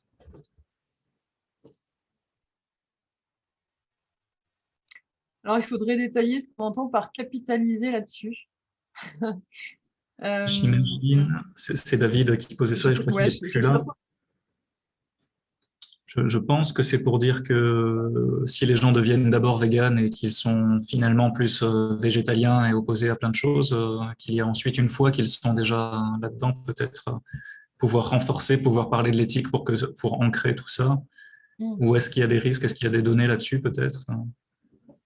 Alors, je pense que bon, les données montrent que, enfin, les données dont moi j'ai connaissance montrent que ça reste efficace de délivrer un discours factuel à quelqu'un en sourçant son propos, en montrant quels sont les éléments qui peuvent éventuellement manipuler la personne qu'on a en face. Typiquement, les discours publicitaires concernant le spécisme, par exemple, montrer quel est le caractère fallacieux de ces discours-là, argumenter en ce sens pour défendre un point de vue éthique et tout ça, en appuyant sa position par des éléments factuels et tout ça, ça peut être tout à fait efficace. Après, je suis pas certaine de la distinction vraiment entre l'émotionnel et le rationnel. Je pense que c'est une distinction qui pour le coup est trompeuse aussi parce que on n'est pas soit dans l'émotion, soit dans la raison, hein. On est toujours porté à la fois par des réflexions qui s'appuient aussi sur des émotions et tout ça est interconnecté. Donc cette distinction, justement, je pense que c'est bien de lutter contre plutôt. Euh, Après, effectivement, il y a des personnes qui deviennent végé ou vegan pour différentes raisons. Je crois qu'on peut pas se faire l'économie des émotions à ce moment-là. De toute façon, il y a toujours une question d'empathie ou de colère, enfin, il y a des choses qui se déclenchent, quoi. Donc, de toute façon, à mon sens, on peut pas être confronté à quelqu'un qui est devenu voilà, vegan ou quoi, par hasard, sans faire appel à l'émotionnel ou sans avoir fait appel elle-même à ses émotions ou quoi. Donc, je pense qu'il y a, ça peut, en fait, il y a des personnes aussi qui peuvent être effectivement végé ou vegan et ne pas avoir vraiment réfléchi au pourquoi. Il y a beaucoup de personnes qui sont devenues végé ou vegan en voyant des vidéos d'abattoirs, par exemple, et en se disant, bon, bah, je veux plus participer à ça, donc j'arrête. Et c'est une réflexion qui n'est pas hyper poussée. À ce stade-là, on n'a pas forcément conscience des mécaniques de domination, du critère de discrimination sur l'espèce, et donc ce qui est vraiment le spécisme ou la lutte antispéciste, etc. Donc on peut prolonger en fait la réflexion en allant plus loin dans la philosophie morale et dans les questions éthiques et tout ça, quoi. Mais effectivement, ça n'empêche pas les personnes d'être engagées, quoi. Moi-même, hein, je suis devenue végane bien avant d'avoir conscientisé et réfléchi toutes les questions de philosophie morale que j'ai réfléchi par la suite. Et c'est justement des autres militants et militantes qui aussi ont participé à l'évolution de mon point de vue, quoi. Donc voilà, je sais pas si ça répond très précisément à la question. Je pense que ça y répond déjà pas mal. Il y a eu des suivis, un suivi. Là. Alors effectivement, la question n'est pas hyper claire pour moi, mais de ce que j'en comprends, la personne demande si, de toute façon, vu que l'alimentation, le changement d'alimentation fait moins peur que de défendre la vie des animaux, les intérêts des animaux, si les gens changent, ça fait toujours des animaux de sauver. Et du coup, c'est toujours ça de prix. Ça, du coup, qu'est-ce que tu en penses? Oui, alors les animaux qui sont concrètement sauvés, entre guillemets, ou qui en tout cas sont pas tués sous l'influence du végétarisme et du véganisme, ça reste délicat quand même comme question parce que bah, on est très très peu nombreux et nombreuses et il y a une surproduction actuellement, donc que ce soit dans les produits laitiers avec les quotas ou que ce soit dans la production de chair animale ou autre, euh, il y a vraiment une production qui est très très intense et très surévaluée par rapport aux besoins. Donc honnêtement, les 0,5% de véganes hein, de la population ne changent pas encore quoi que ce soit a priori à la production. Il faudrait que ce soit beaucoup plus massif, qu'il y ait beaucoup plus de personnes en fait qui soient engagées dans ce boycott en fait, hein, pour que ce soit réellement que ça ait un impact sur la production. Actuellement, a priori, c'est pas le cas. Et ce qui va plutôt changer les choses, c'est la contagion sociale, c'est-à-dire la norme, le fait de changer la norme en fait, de la remettre en question, de dire je ne cautionne pas le fait que les autres êtres sentients soient traités comme de la matière première, comme de la nourriture, etc., etc. Alors, si il y a des personnes qui sont réfractaires à ces discours-là, qui veulent pas l'entendre, bah, à la limite, oui, tant mieux qu'elles soient quand même végé ou véganes, effectivement. Ça fait qu'au moins elles pratiqueront pas la chasse, qu'elles iront peut-être pas dans les zoos, qu'elles vont pas au moins financer les delphinariums ou d'autres lieux d'exploitation des autres animaux. Tant mieux. Mais après, s'il y a des personnes qui ne veulent pas entendre ce discours éthique et qu'elles sont végé, véganes, on peut s'adresser à d'autres personnes qui, elles, seront sensibles. C'est vrai on a tendance à se focaliser sur les personnes qui ne sont pas réceptives au discours. Il y a beaucoup de personnes curieuses aussi hein, qui n'attendent que ça, d'être exposées bah, justement aux questions éthiques, quoi.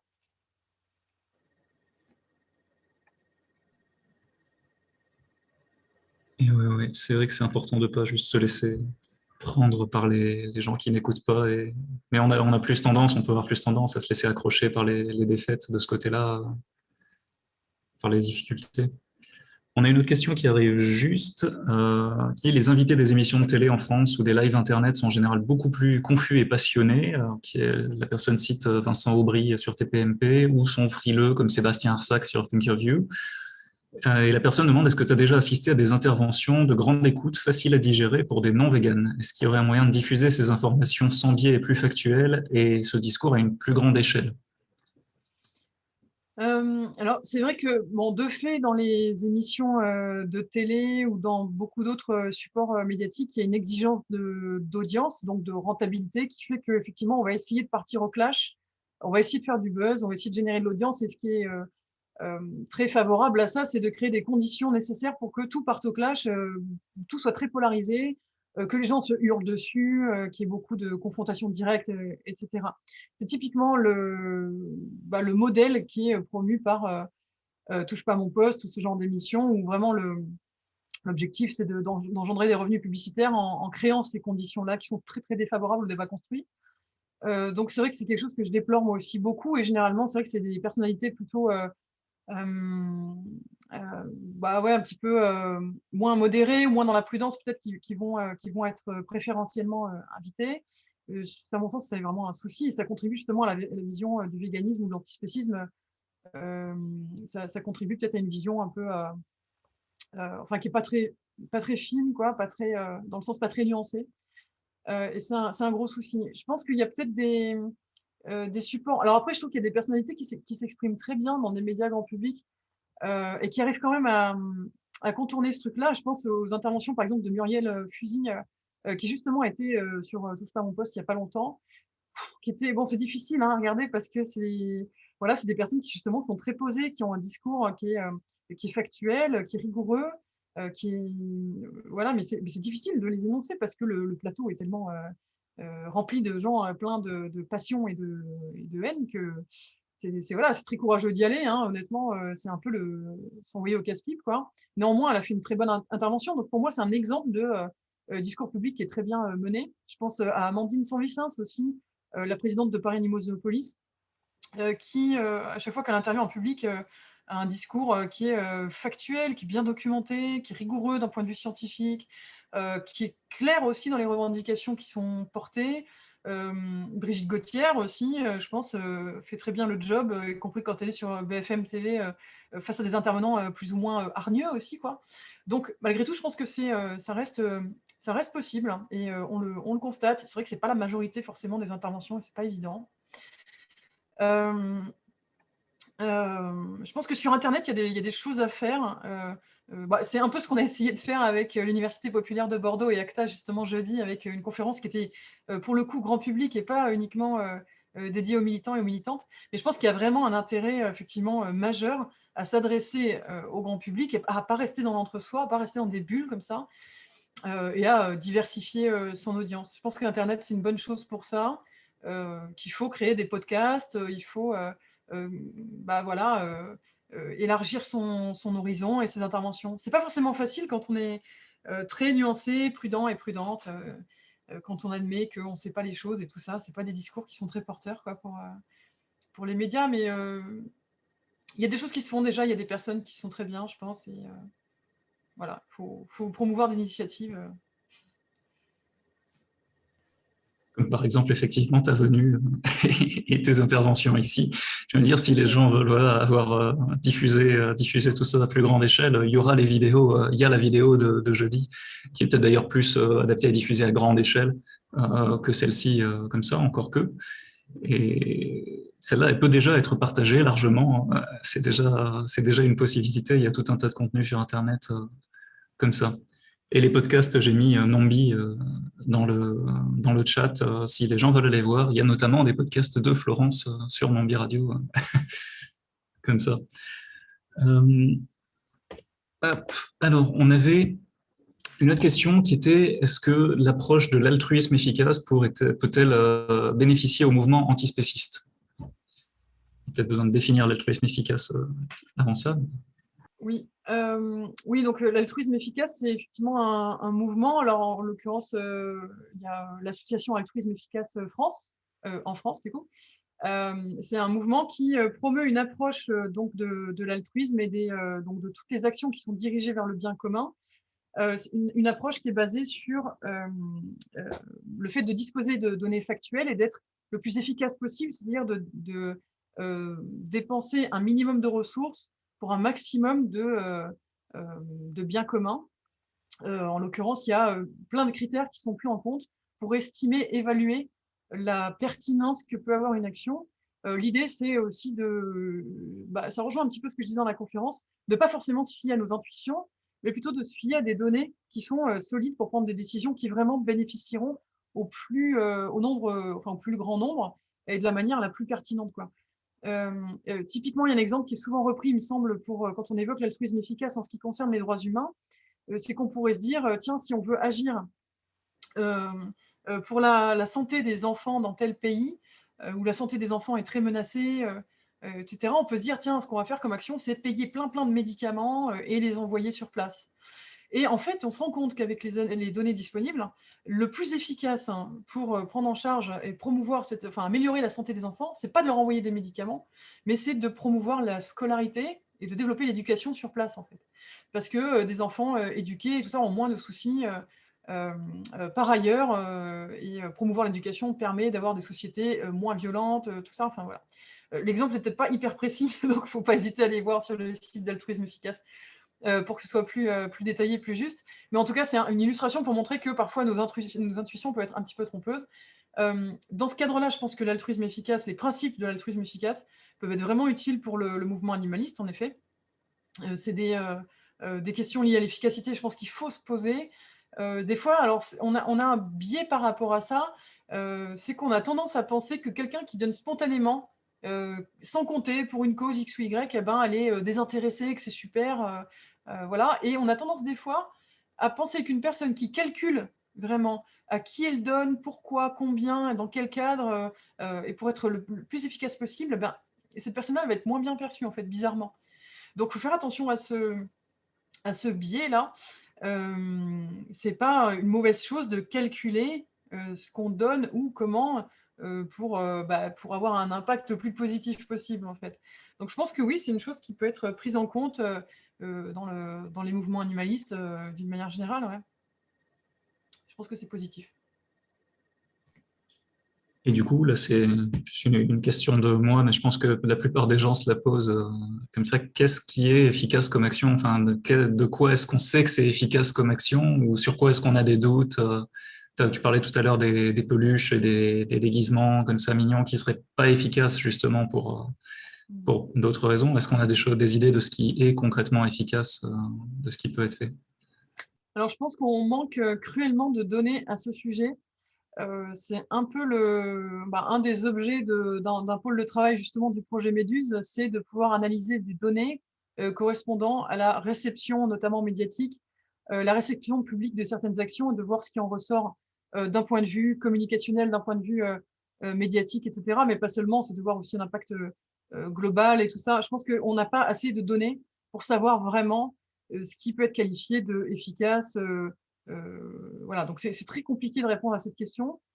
Euh, je pense que malgré tout, on a des données qui montrent que effectivement, cette sexualisation des femmes, typiquement dans les actions, les campagnes un peu spectaculaires avec l'affichage, avec la nudité, etc., ou le fait de porter des costumes d'animaux un peu rigolos et tout, ça a tendance, ça a été documenté, par contre, ça a tendance à détourner l'attention euh, des questions éthiques qui sont sous-tendues par l'action. Donc là, pour le coup, on a des données qui montrent que c'est probablement pas anti, pardon, contre-productif.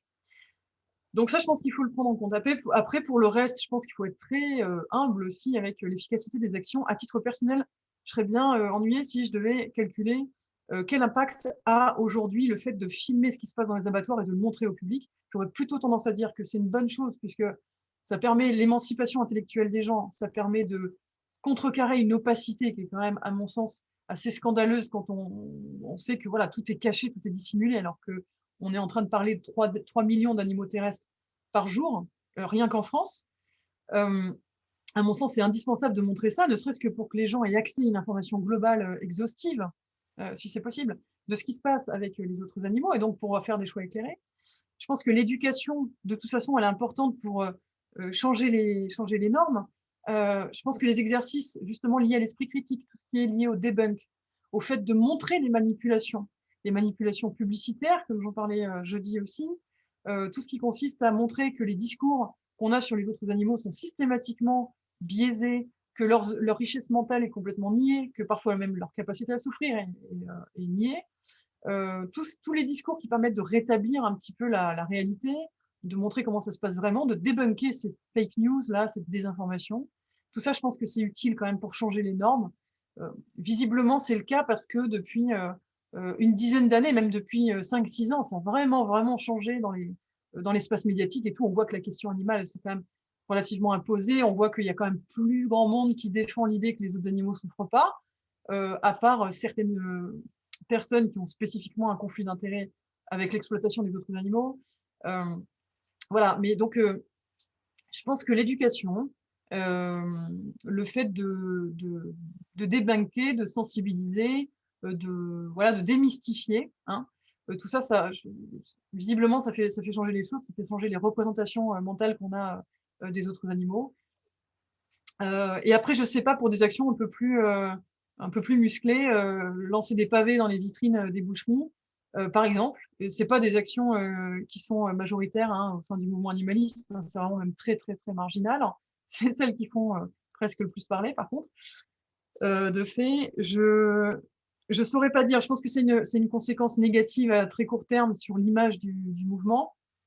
Ça pousse aussi justement à inviter sur les plateaux de télévision des personnes qui sont en situation de très très grande polarisation intellectuelle. Mais ça fait aussi parler d'éthique animale dans les médias, et peut-être que dans quelques années, on se rendra compte qu'il aura fallu en passer par là pour que vraiment ce soit écouté. Pourquoi pas, je sais pas. Ça, je pense on manque gravement de recul là-dessus, parce que voilà, on n'a pas assez de données. Ça mériterait de faire des analyses vraiment construites. C'est une question compliquée. Oui, oui. Du coup, en attendant de savoir, on fait de notre mieux, on essaie de faire des actions diverses pour savoir plus tard ce qu'il en ressortira.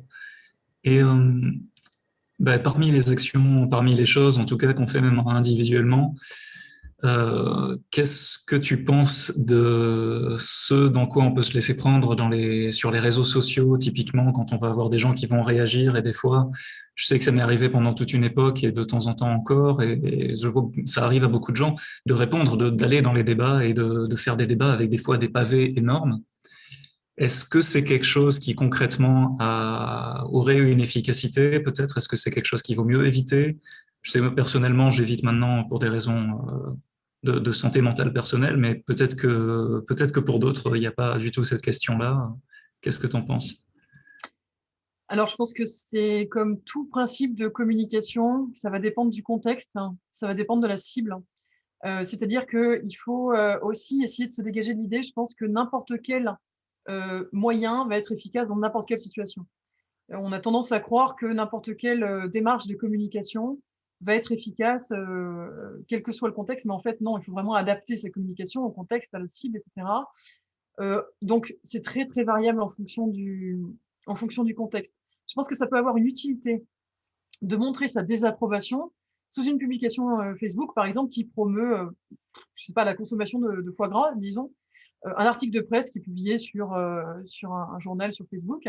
Ça peut être utile de laisser un commentaire pour dire je suis opposé au foie gras pour des raisons éthiques, voilà, de l'exprimer en fait. Ça montre qu'il existe une contestation publique, une contestation politique, et ça ne laisse pas le champ libre à une exploitation des autres animaux qui serait dans l'impunité la plus totale. Donc je pense que c'est important de marquer sa désapprobation socialement, comme ça, politiquement.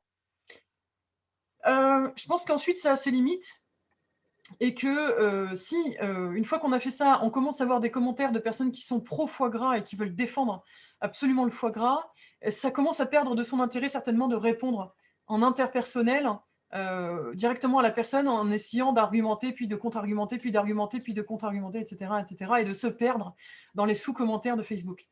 D'une part, parce que, comme tu disais, on va y dépenser beaucoup d'énergie mentale et que ça va peut-être être très difficile à gérer émotionnellement, donc ça ne va pas être forcément très productif. Et en plus, ça va avoir un impact assez réduit, surtout s'il y a énormément de commentaires, ça va se perdre dans la masse et ça ne va pas forcément toucher beaucoup de personnes. Donc, moi, c'est quelque chose que je ne fais pas trop non plus, le fait de vraiment débattre en interpersonnel sur les réseaux sociaux. Je le fais seulement si j'estime qu'il y a des gens qui sont en train d'observer, il y a une audience en fait, et que potentiellement je peux toucher des lecteurs et lectrices silencieux, silencieuses. C'est-à-dire toute cette masse qui ne dit rien, qui ne commente pas, mais qui lit et qui, elle, va être influencée par des arguments s'ils sont bons ou s'ils sont mauvais, elle va s'en rendre compte. Donc, je pense que ça peut avoir un intérêt de montrer sa désapprobation sociale, ça peut avoir un intérêt de débattre si il y a un public, mais débattre vraiment en interpersonnel pendant des heures et des heures et des heures à quelqu'un qui est très opposé, à mon sens, c'est pas forcément utile. Il y a cette norme un petit peu qui veut qu'il y a toujours une toute petite partie de l'auditoire qui va toujours être contre la thèse qu'on défend, une toute petite partie de l'auditoire qui va être complètement pour la thèse qu'on défend, et la majeure partie de l'auditoire qui, elle, est dans le doute, qui est disposée à changer, à écouter, qui est curieuse. Et moi, j'aime me dire que c'est plutôt à ces personnes-là que je m'adresse. C'est-à-dire que je ne vais pas chercher à convaincre coûte que coûte, je ne vais pas chercher à conforter les uns et les unes dans leur position ou à confronter les autres dans leurs contradictions. Je vais essayer de parler à toutes ces personnes qui ont envie d'agir pour le bien commun, qui sont curieuses, qui se posent des questions sincères, qui sont dans une démarche bienveillante, d'écoute, etc. C'est ces personnes-là qui sont disposées à changer en fonction des données qu'elles reçoivent. Et donc, je pense que c'est plutôt vers elles qu'il faut se tourner. Bon, on pourrait en parler des heures, hein, de la communication comme ça. Oui, effectivement.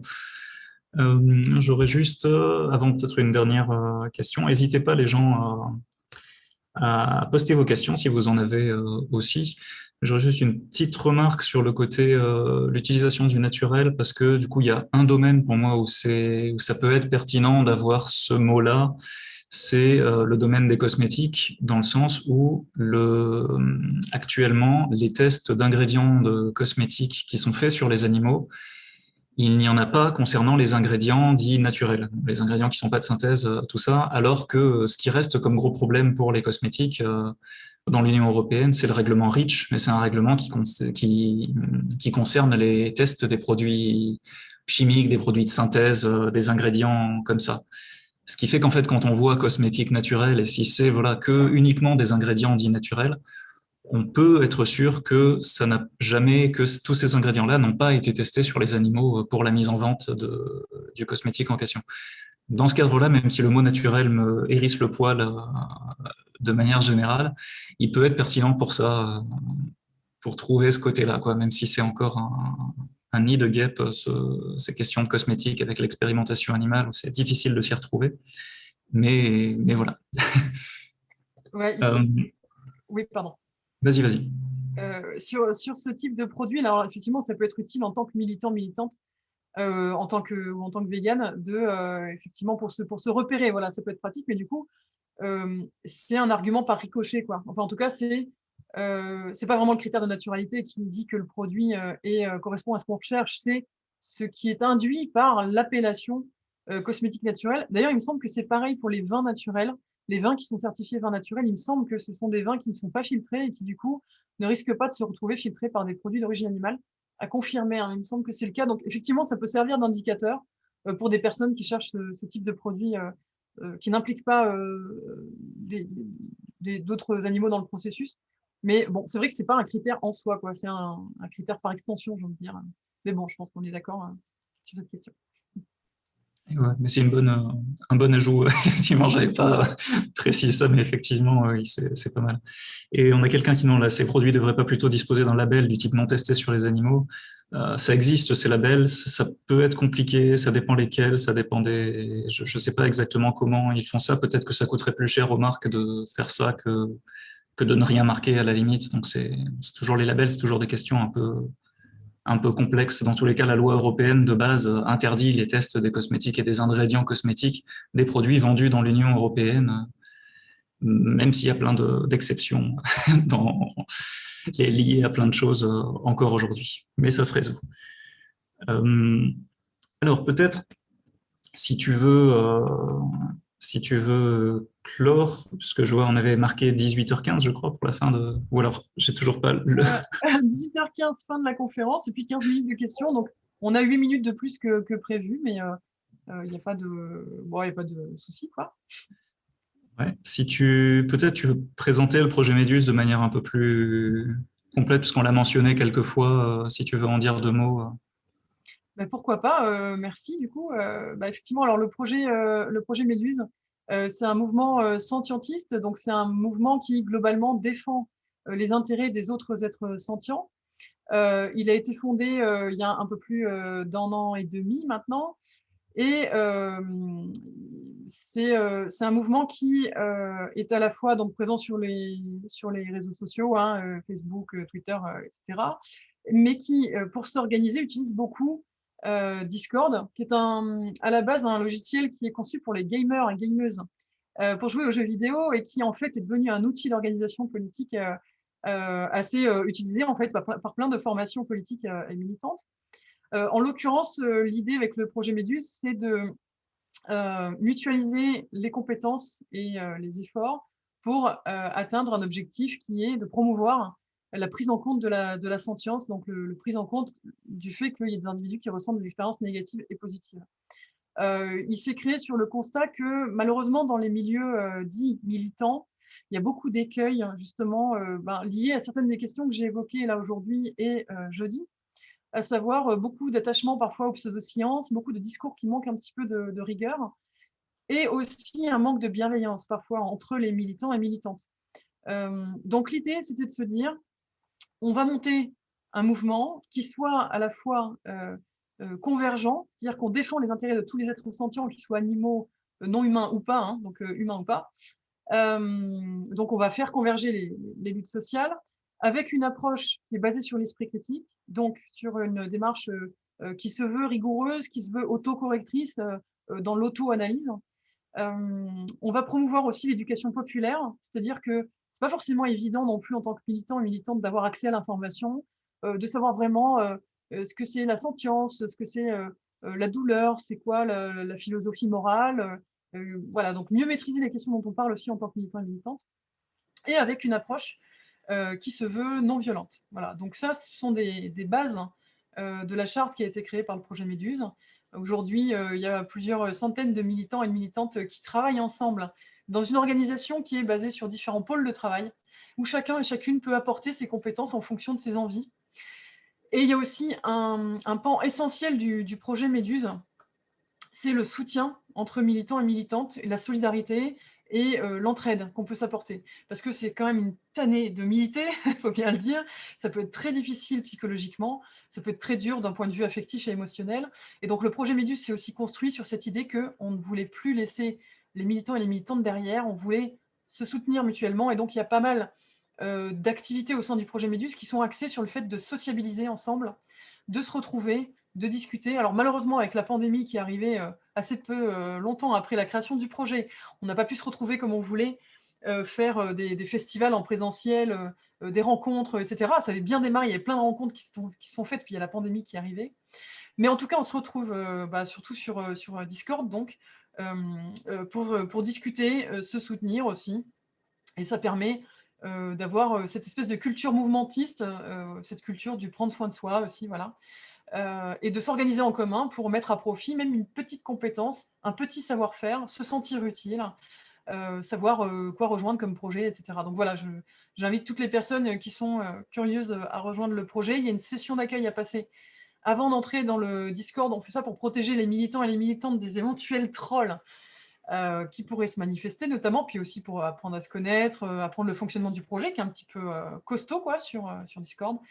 Mais en tout cas, voilà, il y a une bonne, une bonne ambiance. Donc, voilà ce que je peux en dire. Là, c'est pareil, je pourrais te lancer des heures, je pense, pour en parler. Donc, je vais m'arrêter là parce que ça va être trop long sinon. Parfait, ben merci beaucoup. Et je pense qu'on n'a pas d'autres questions. Alors, on va te dire un immense merci. Voilà, les re-applaudissements et tout ça. Et il y a plein de réactions qu'on voit comme ça. Non, vraiment, à chaque fois, c'est un plaisir de t'entendre. sur tous ces sujets, c'est génial. Donc, voilà, un immense merci. Et puis, on continuera de discuter par ailleurs. On partagera tout ça le plus largement possible pour essayer de toucher du monde et essayer que ça avance. Et puis, on en parlera à Bordeaux quand on pourra se voir pour en parler de manière un peu plus directe.